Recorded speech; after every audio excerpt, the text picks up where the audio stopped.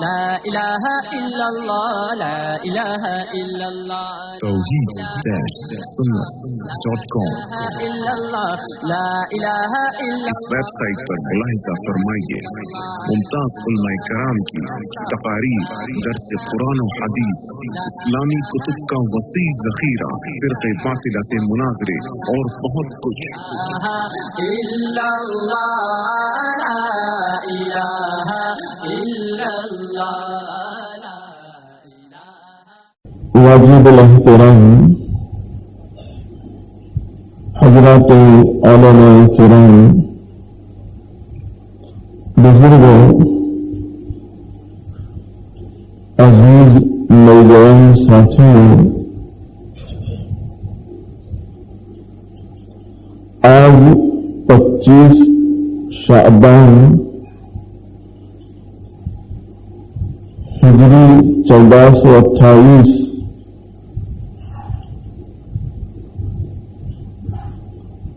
ہم یہاں آزاد نگر میں مدرسے کے سالانہ جلسے کی نسبت سے جمع ہیں۔ میرے مشفق کرم فرما حضرت مولانا ولی صاحب دامت برکاتہ، جو اس علاقے کے جانے مانے علماء سے ہی، فکر مندوں سے ہی، ان کی دعوت پر آج میں حاضری ہوئی۔ اللہ تعالیٰ سے دعا فرمائے اللہ تعالیٰ اس حاضری کو ہم تمام کے حق میں قبول فرمائے۔ بڑی مبارک مجلس ہے، اس لیے کہ قرآن کی نسبت پر ہے۔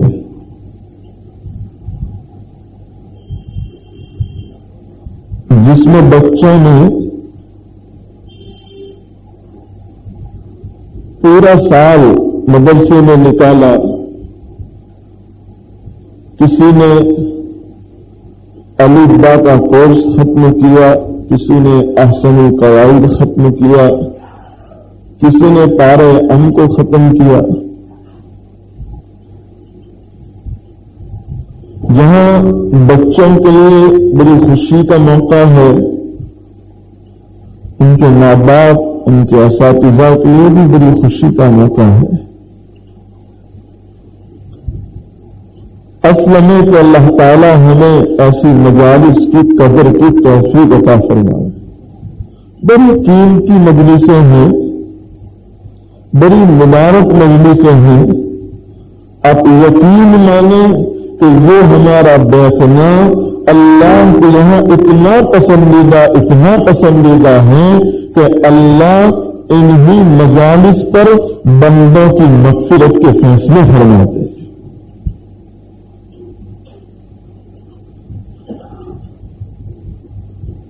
ہمارے بزرگوں نے لکھا ہے کہ ایک آدمی کسی عالم کے بیان میں بیٹھ گیا تو بیٹھنے پر اللہ تعالی اس کو 1000 بیماروں کی عیادت کا اجر و ثواب دیتے ہیں۔ 1000 بیماروں کی عیادت کا اجر و ثواب، اور وہ بھی وہ بیمار جس کی عیادت کی جا رہی ہے، جس میں کوئی ریاکاری نہیں، کوئی رشتہ داری نہیں، محض اللہ کے لیے صرف بیٹھنے پر۔ ہمارے پاس اتنی فرصت نہیں ہے کہ 1000 بیماروں کی عیادت کے لیے جائیں۔ کیا فرصت آپ کے پاس؟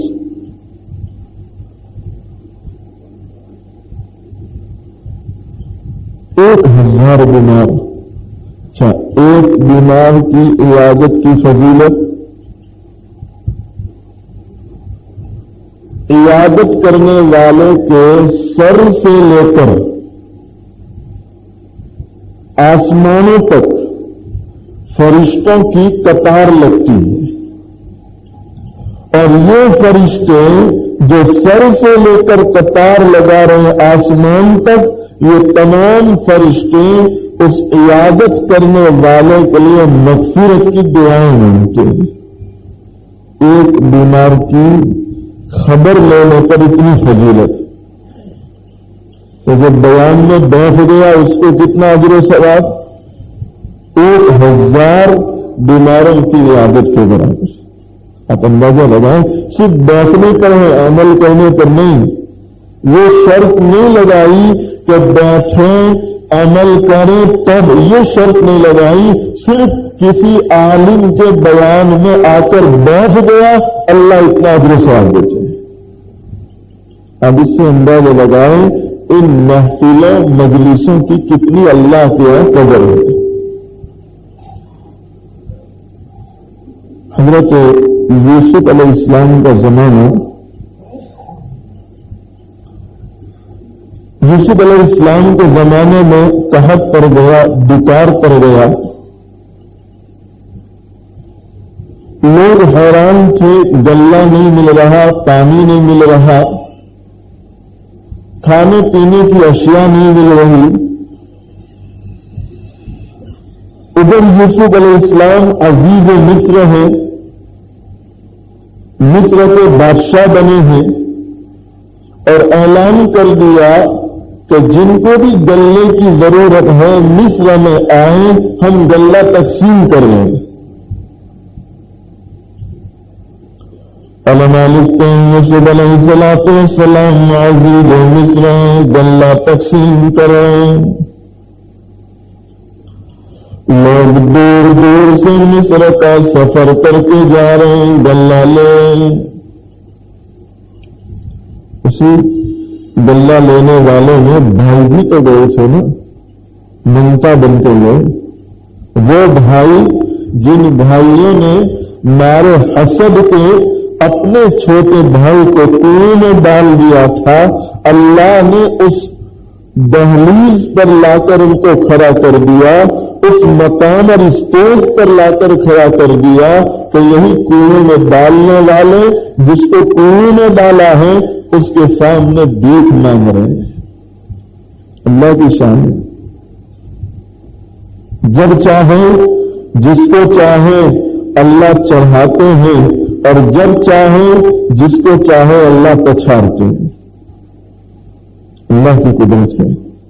اس لیے بزرگوں نے لکھا حسد یہ بہت بری بیماری ہے۔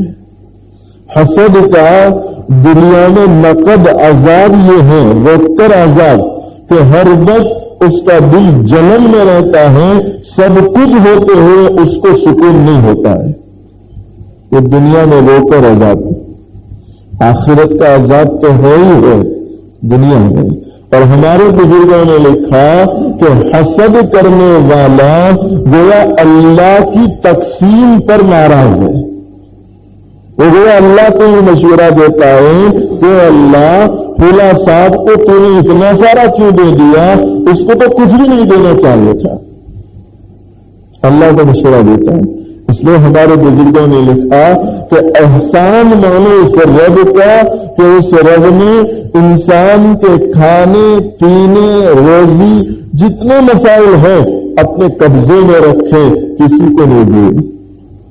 اگر اللہ روزی کا معاملہ، کھلانے پلانے کا معاملہ انسانوں کے حوالے کر دیتا تو ہر آدمی یہ سوچتا کہ پہلے میں اپنا پیٹ بھر لوں، بعد میں دوسروں کو دیکھیں گے۔ لیکن اللہ نے اپنے پاس نہیں رکھا، اپنے قبضے قدرت میں رکھا۔ یوسف علیہ السلام سب کو غلہ دے رہے ہیں، لوگ دور دور سے غلہ لینے کے لیے جا رہے ہیں۔ حضرت یوسف علیہ السلام غلہ تقسیم کر رہے ہیں، ایک نوجوان بھی غلہ لینے کے لیے جا رہا ہے۔ غلہ لینے کے لیے قطار میں کھڑا ہے، صف میں کھڑا ہے، لائن میں کھڑا ہے۔ نوجوان کی باری آ رہی ہے، یوسف علیہ السلام غلہ دے رہے ہیں۔ عام لوگ جیسے گلہ لے کر چلے جاتے ہیں، نوجوان گیا نہیں بلکہ ایک طرف ٹھہر گیا۔ جیسے عام لوگوں کی عادت ہے کہ گلہ مل گیا تو چلتے بنتے ہیں، یہ نوجوان گلہ لے کر چلا نہیں بلکہ ایک طرف ٹھہر گیا۔ شاید اس کو امید ہو یوسف کے کرم سے کہ کچھ اور بھی مل جائے۔ حضرت یوسف علیہ السلام پوچھتے ہیں، نوجوان گلہ تو دے دیا کیوں کھڑے ہو؟ جاؤ نا بھائی، جب دے دیا تو کھڑے کیوں ہے؟ نوجوان دورے سے قریب آ رہا ہے، یوسف کے کان میں ایک بات کہہ رہا ہے۔ کس کو کہہ رہا ہے؟ میں نے زبان ہے، آپ کچھ بولو نا تاکہ مجھے ایسا لگے کہ مولانا ولی صاحب نے زندہ میں بچھایا ہے۔ آپ نہیں بولتے تو ایسا لگتا ہے کہیں قبرستان میں تو نہیں بچھا دیا۔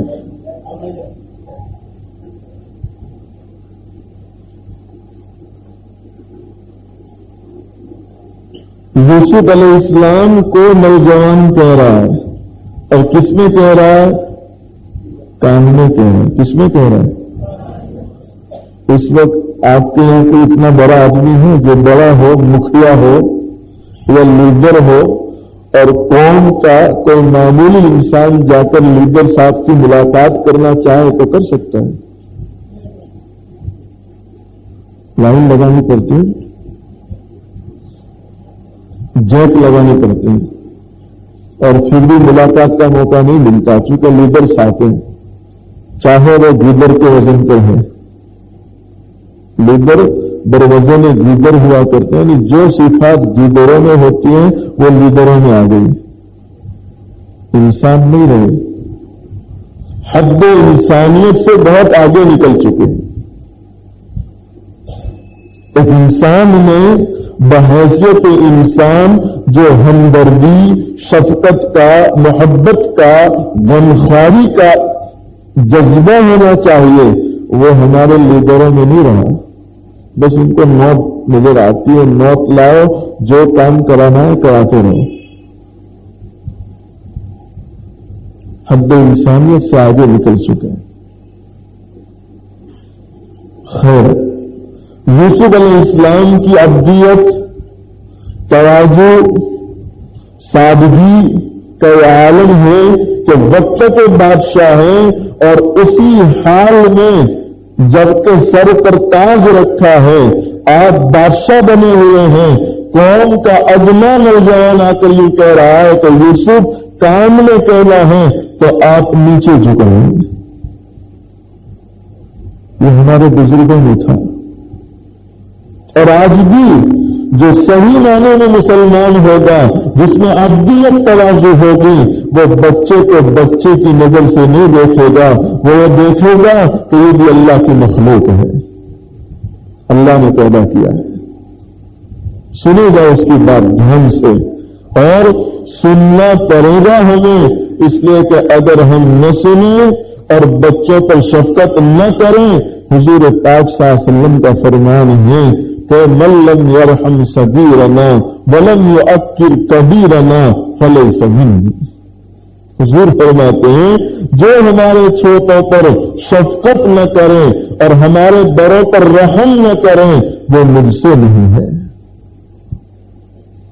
اس لیے بزرگوں نے لکھا، آج کوئی نوجوان اگر کسی بوڑھے آدمی کا مذاق کر رہا ہے اس لیے کہ وہ بوڑھا اور کمزور ہو چکا ہے، وہ بھی انتظار کریں، وہ وقت آئے گا، اللہ نہ کریں، وہ وقت آئے گا کہ وہ بڑھاپے کی دہلیز پر ہوگا، اور جیسے اس نے جوانی میں مذاق کیا ہے، ایسے نوجوان پیدا ہوں گے جو اس کی مذاق کریں گے۔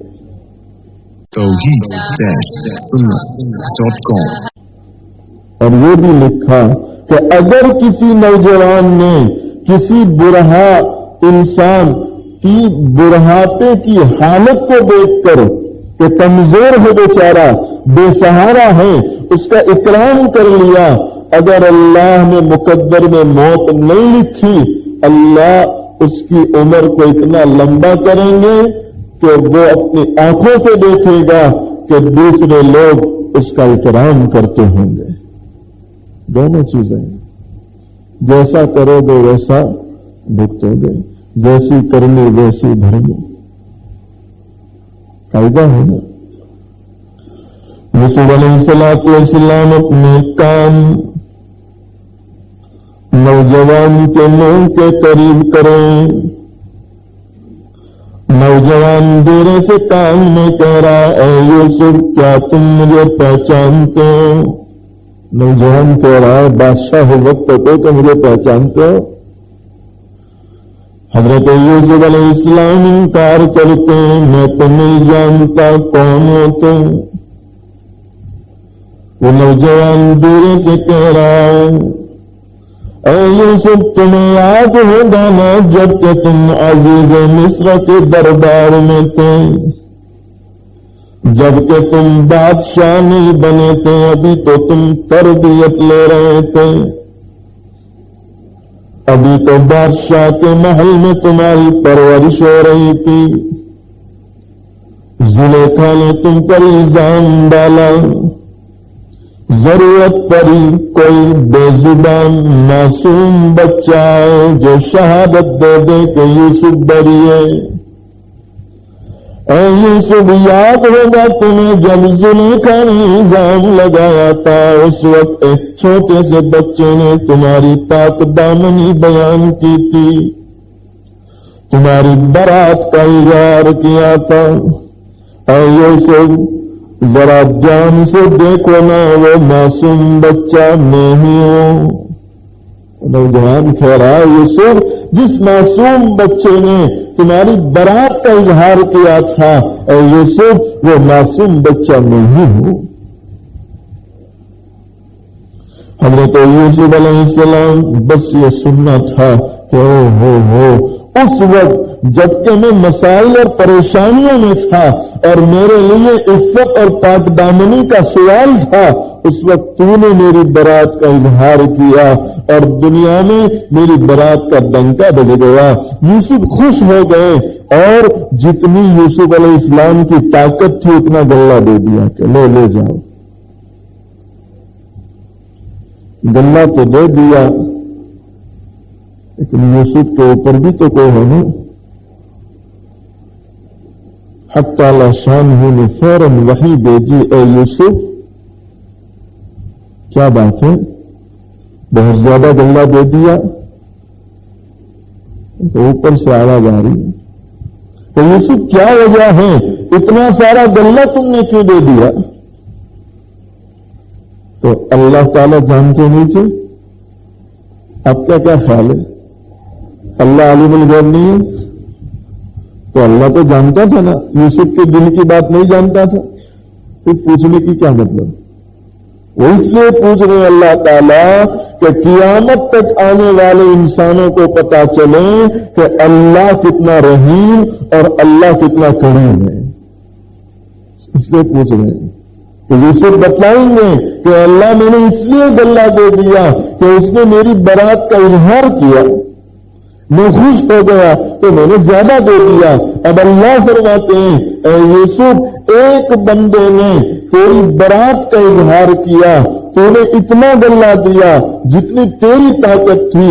اے یوسف کل قیامت کے دن سارے لوگ اپنے گناہوں کی وجہ سے پریشان ہوں گے اور گناہوں کے بقدر اپنے اپنے پسینے میں ڈوبے ہوئے ہوں گے. لیکن اے یوسف اس وقت میرے وہ بندے جو دنیا میں رہ کر میری یاد کرتے تھے، اللہ اللہ کرتے تھے اور دینی مجالس میں بیٹھا کرتے تھے، اے یوسف کل قیامت کے دن میں اپنے ان بندوں کو اتنا دوں گا جتنی کہ میری طاقت ہے. کتنی بڑی بات ہے. اللہ کی طاقت کا کوئی اندازہ لگا سکتا ہے؟ اللہ اکبر، کتنی فضیلت کی بات ہے. اللہ ہمیں ایسی دینی مجالس کی قدر کی توفیق عطا فرمائے. یہ تو قرآن کی مجلس ہے، اللہ کا کلام جس میں پڑھا جاتا ہے. یا بچوں نے کلام پڑھا، دیکھو تو صحیح، قرآن کریم جیسی کتاب اللہ نے ہم گنہگاروں کو دے دی. آگے رمضان آ رہا ہے نا، ہم اس مہینے میں زیادہ سے زیادہ قرآن کریم پڑھنے کی کوشش کریں. حفاظت اللہ کیسے کر رہے ہیں؟ ان معصوم بچوں کے سینے میں اتارے. کتنے معصوم بچے کہ باپ 10 روپے کا نوٹ دیتا ہے تو بیٹا 5 روپے کی ایک چیز لانی ہے، 5 روپے اس سے واپس مانگنا، اور 5 مرتبہ کہتا ہے کہ دیکھو بیٹا بھول مت جانا، 5 روپے واپس لینا اور سنبھال کے لانا. باپ جس بچے پر 5 روپے کا اعتماد نہیں کر رہا، اللہ اس بچے پر پورے قرآن کا اعتماد کر رہے. پورا قرآن اس کے سینے میں اتار. اور ہم قرآن کی کیا حفاظت کرتے؟ وہ اللہ قرآن کے ذریعے ان بچوں کی حفاظت کر رہے. جس چمڑے میں قرآن کو رکھ کر لپیٹ دیا جائے اور اس کو آگ میں ڈالیں، آگ میں کی طاقت نہیں ہے کہ اس چمڑے کو جلا سکے. جس باڈی میں، جسم میں اللہ قرآن اتار دیتے ہیں، اس جسم کو جہنم کی آگ کی طاقت نہیں ہے کہ جلا سکے. یہ علماء، یہ حفاظ کرام، یہ قرآن کے قاری، یہ قرآن کے پڑھنے والے اللہ کو قیامت کے دن فرمائیں گے، اے میرے بندو، اگر تمہیں جہنم میں ڈالنا مقصود ہوتا تو میں تمہارے سینے میں قرآن کا علم نہ رکھتا. میں نے اس لیے علم رکھا ہے کہ تمہیں جہنم میں نہیں ڈالنا ہے. مجھے یاد کرتا ہے لکھنؤ کی یہ بات، چونکہ اس وقت قرآن کو مٹانے کے لیے، اسلام کو مٹانے کے لیے لاکھوں اور کروڑ روپیے نہیں، ڈالر خرچ کیے جا رہے ہیں. عیسائی جو مشنری ہے کروڑ ڈالر اس پر خرچ کر رہے ہیں کہ قرآن دنیا سے مٹ جائے، اسلام مٹ جائے. لیکن وہ مٹنے والا جس کی حفاظت کا وعدہ اللہ لے رہے ہیں، اس کو کون مٹا سکتا ہے؟ ہماری حفاظت کا وعدہ نہیں لیا. یہ مت بھولنا، دھوکے میں مت رہنا کہ اللہ میاں نے یہ وعدہ کیا ہے کہ مسلمانوں تمہاری حفاظت کروں گا، کیونکہ ہمارا کوئی ٹھکانا ہی نہیں. آج ہم یہاں بیٹھے، کل ہم وہاں بیٹھ جائیں گے. مسلمان 2 کوری میں بک رہا ہے، اور آج تو مسلمان کی حالت یہ ہے کہ جس تھال میں بیٹھ کے کھا رہا ہے اسی تھال میں چھید کرتا ہے. کر رہا ہے کہ نہیں؟ اس لیے تو مار کھا رہا ہے. اس لیے مسلمان کی حفاظت کا اللہ نے وعدہ نہیں لیا، کیونکہ اللہ نے بنایا. اللہ جانتے ہیں سب کی طبیعت اور فطرت ہے. ہاں یہ ضرور ہے کہ میں نے قرآن کی حفاظت کا وعدہ لیا ہے. اے لوگوں، اگر تم اپنی حفاظت چاہتے ہو قرآن کو سینے سے لگا لو. جیسے قرآن کی حفاظت ہوتی رہے گی، قرآن کی برکت سے تمہاری بھی حفاظت ہوتی رہے گی. قرآن کو سینے سے لگائے. قرآن کو سینے سے لگانے کا مطلب دبانے کے لیے نہیں کہہ رہا، قرآن کی باتوں پر عمل کرنے والے ہیں. قرآن کی باتوں پر عمل کرے کہ قرآن ہمیں کیا کہہ رہا ہے. لکھنؤ میں عیسائیوں کی وہ جماعت پہنچی. حضرت مولانا سجاد نعمانی دامت برکاتہم فرماتے ہیں کہ جب وہ عیسائی حضرات لکھنؤ مدرسے میں پہنچے تو میرے ذمے یہ خدمت آئی کہ ان کو مدرسہ دکھاؤ. کہتے ہیں سب سے پہلے ان کو ان درسگاہوں میں لے گیا جہاں بچے قرآن کریم کو زبانی یاد کر رہے تھے. قرآن کو زبانی یاد کرنا یہ بہت بڑی نعمت ہے، اور یہ قرآن کا زندہ معجزہ ہے. قرآن کے علاوہ کوئی مذہبی ایسی کتاب نہیں ہے جس کو اس کے ماننے والے زبانی یاد کر سکیں. صرف قرآن کا معجزہ ہے کہ ایک دو حافظ نہیں، ہزاروں لاکھوں کی تعداد میں قرآن کے حفاظ دنیا میں موجود ہیں۔ آپ برتوں میں لکھے ہوئے یہ قرآن چاہے سب جلا دو، سب سمندر میں ڈال دو، اس کے باوجود ہمارے پاس ایسے بچے موجود ہیں جو یہاں منبروں پر بیٹھ کر قرآن کو سیکھیں گے اور سکھائیں گے انشاءاللہ۔ ہمیں قرآن کے جو برتوں میں لکھا ہوا ہے اس کے بھی ہم محتاج نہیں ہیں، یہ اللہ کی طرف سے نعمت، اللہ نے معجزہ دے دیا۔ کہتے ہیں میں ان کو ان درسگاہوں میں لے گیا جہاں بچے قرآن کو زبانی یاد کرتے تھے، جب ہم وہاں پہنچے تو وہ عیسائی حضرات پوچھنے لگے مولانا یہ بچے کیا کرتے ہیں، کیونکہ سب کے ہاتھ میں قرآن تھا۔ ان کو حیرانی سب سے پہلے تو یہ ہوئی کہ اس کو مٹانے کے لیے تو ہم کئی ڈالر خرچ کر چکے اور یہاں تو سب کے ہاتھ میں قرآن ہے، یہ کیا کرتے ہیں؟ تو کہتے ہیں میں نے کہا یہ قرآن کریم کو زبانی یاد کرتے ہیں، تو اور زیادہ حیرانی بڑھ گئی کہ زبانی یاد کرتے ہیں، تو کہا کتنا کرتے ہیں؟ آدھا صفحہ، ایک صفحہ، یعنی آدھا پیج، ایک پیج، ٹھیک ہے۔ یہ تو ان کے وہم و گمان میں بھی نہیں تھا کہ پورا قرآن کریم بھی کوئی زبانی کر سکتا ہے، کبھی سوچا بھی نہیں تھا انہوں نے۔ حضرت کہتے ہیں میں نے کہا ایک دو صفحے کی بات نہ کرو، پورا قرآن کریم یہ زبانی یاد کرتے ہیں۔ اتنے حیران ہو گئے کہ ایک جو سب سے بری عورت تھی، بڑھیا عیسائی تھی، اس کی زبان سے نکل گیا OIC، اس کی زبان سے نکل گیا اب میں سمجھی،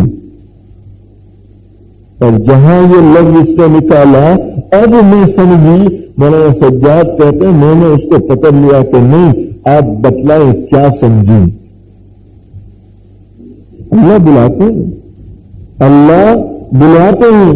کل کی خبر شاید آپ نے سنی ہے، کل میں بڑودا میں تھا، میں نے وہاں بھی سنایا فون آتے ہی، سنیتا ولیم تو بہت بڑی سائنسداں ہے، ابھی چاند پر گئی تھی، اخبار میں بار بار اس کی خبریں آ رہی ہے، اس وقت بہت بنکا ہے اس کا۔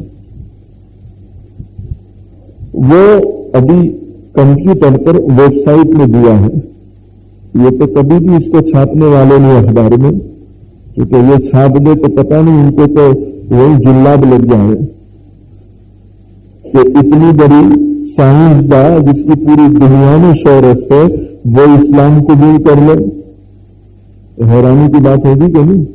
سنیتا ولیم کے بارے میں ابھی ویب سائٹ پر دیا ہے کہ وہ جب چاند سے واپس آ رہی تھی تو راستے میں اس نے دیکھا کہ دو چیزیں بہت ہی زیادہ چمکدار اور روشن نظر آ رہی ہے، بہت زیادہ روشن۔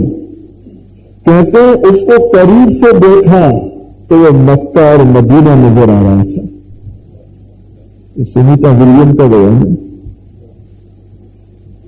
اللہ بلا رہے، چاہے یہ اسلام کو مٹانے کی کتنی بھی کوشش کر لیں لیکن اللہ کو اسے باقی رکھنا ہے، وہ باقی رہ کر رہے گا، کوئی مٹا نہیں سکتا۔ اب اگر ہم اپنی حفاظت چاہتے ہیں تو ہم اسلام اور قرآن کو سینے سے لگا لیں تاکہ اسلام اور قرآن کے ساتھ ہماری بھی حفاظت ہو جائے۔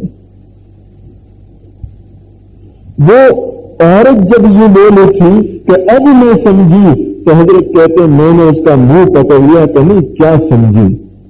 وہ ٹالنا چاہتی تھی کہ کیا سمجھی وہ نہیں بتلانا ہے، وہ تو بیچاری حیرانی اتنی بڑھ گئی کہ زبان سے نکل گئی بات، جو بات نہیں نکالنی تھی وہ نکل گئی۔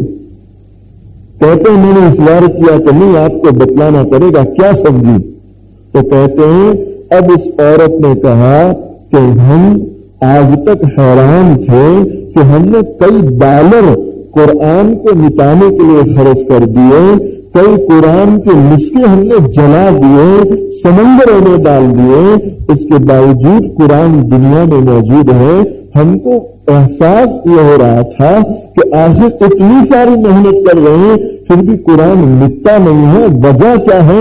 وہ وجہ آج پتہ چلی کہ ہم تو وہ قرآن سمندروں میں ڈالتے ہیں جو برقوں میں لکھا ہے، لیکن وہ قرآن جو ان بچوں کے سینے میں ہے اس کو کون نکال سکتا ہے؟ کون اس کو مٹا سکتا ہے؟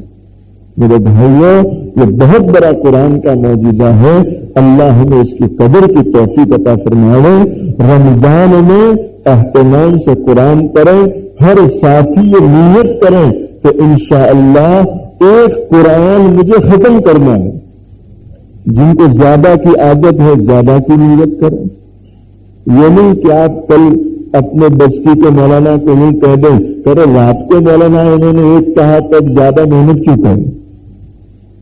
یہ تو عام لوگوں کے اعتبار سے جو بہت محنت کرنے والے ہر وقت کام میں رہتے ہیں ایسے لوگوں کے لیے ہلکی سی بات کر رہا ہوں، ورنہ جن کو عادت ہے کوشش کریں کہ زیادہ سے زیادہ قرآن رمضان میں ہمارے ختم ہو، کرو گے بھائی؟ اور عام طور پر رمضان میں تراویح کے بعد بازاروں میں جو گھومنے کا ماحول ہے، کئی لوگ رامدیر میں کھانے جا رہے ہیں، اور یہاں سورت میں تو کون سے علاقے میں بازار بھرا جاتا ہے مجھے معلوم نہیں، میں پوچھنا بھول گیا، ورنہ میں بیان سے پہلے ہی پوچھ لیتا ہوں۔ کل بڑودہ میں بھی میں نے پوچھ لیا تھا کہ کون کون سے علاقے میں بازار بھرا جاتا ہے۔ یہاں کا ماحول آپ دیکھتے ہوں گے، میں بول رہے ہیں جاتا بازار وغیرہ میں مرد اور عورتیں اس طرح چلتی ہیں، خلط بلط ہو رہی ہے کہ رمضان کا مبارک مہینہ جس کی ایک ایک گھڑی رحمتوں اور برکتوں سے بھری ہو، اس میں مرد اور عورت بے پردگی کے ساتھ اس طرح چلتے ہیں بازار میں، آپ خود سوچیں اللہ کی رحمت اترے گی یا عذاب اترے گا؟ سوچنے کی ضرورت ہے کہ اللہ ہمیں، میرے بھائیوں، یہ مہینہ کھانے پینے کا مہینہ نہیں، اللہ ہم مسلمانوں کو سچی سمجھ دے، ہم نے رمضان کو کھانے پینے کا مہینہ سمجھ لیا، تو رمضان یعنی کھانے پینے کا مہینہ، اور آپ یقین مانیں لوگ رمضان میں اتنا کھاتے ہیں اتنا کھاتے، بس روزہ تو کہنے کا روزہ ہے، روزہ وہ تو صرف کہنے کے لیے رہ گیا، ورنہ رمضان میں لوگ اتنا کھاتے ہیں کہ 11 مہینے میں بھی اتنا نہیں کھاتے۔ صحیح کہہ رہا ہوں غلط کہہ رہا ہوں؟ بھائی یہ کوئی کھانے پینے کا مہینہ نہیں ہے، ٹائم پاس کرنے کا مہینہ نہیں ہے، یہ تو عبادت کا مہینہ ہے۔ اللہ ہمیں اس مہینے کی قدر کی توفیق عطا فرمائے، اور حضرت مولانا ولی صاحب کو بھی، آپ تمام حضرات کو بھی مبارکبادی دیتا ہوں، اللہ تعالیٰ آپ سب کو مبارک فرمائے، آپ کے اس مدرسے کو اللہ بے انتہا قبول فرمائے، دن دگنی رات چگنی ترقیات سے اللہ تعالیٰ مالا مال فرمائے، اور جو حضرات جس لائن سے بھی اس مدرسے کا، بچوں کا، علماء کا تعاون کر رہے ہیں، اللہ تعالیٰ سب کو بارے میں بہترین بدلہ عطا فرمائے۔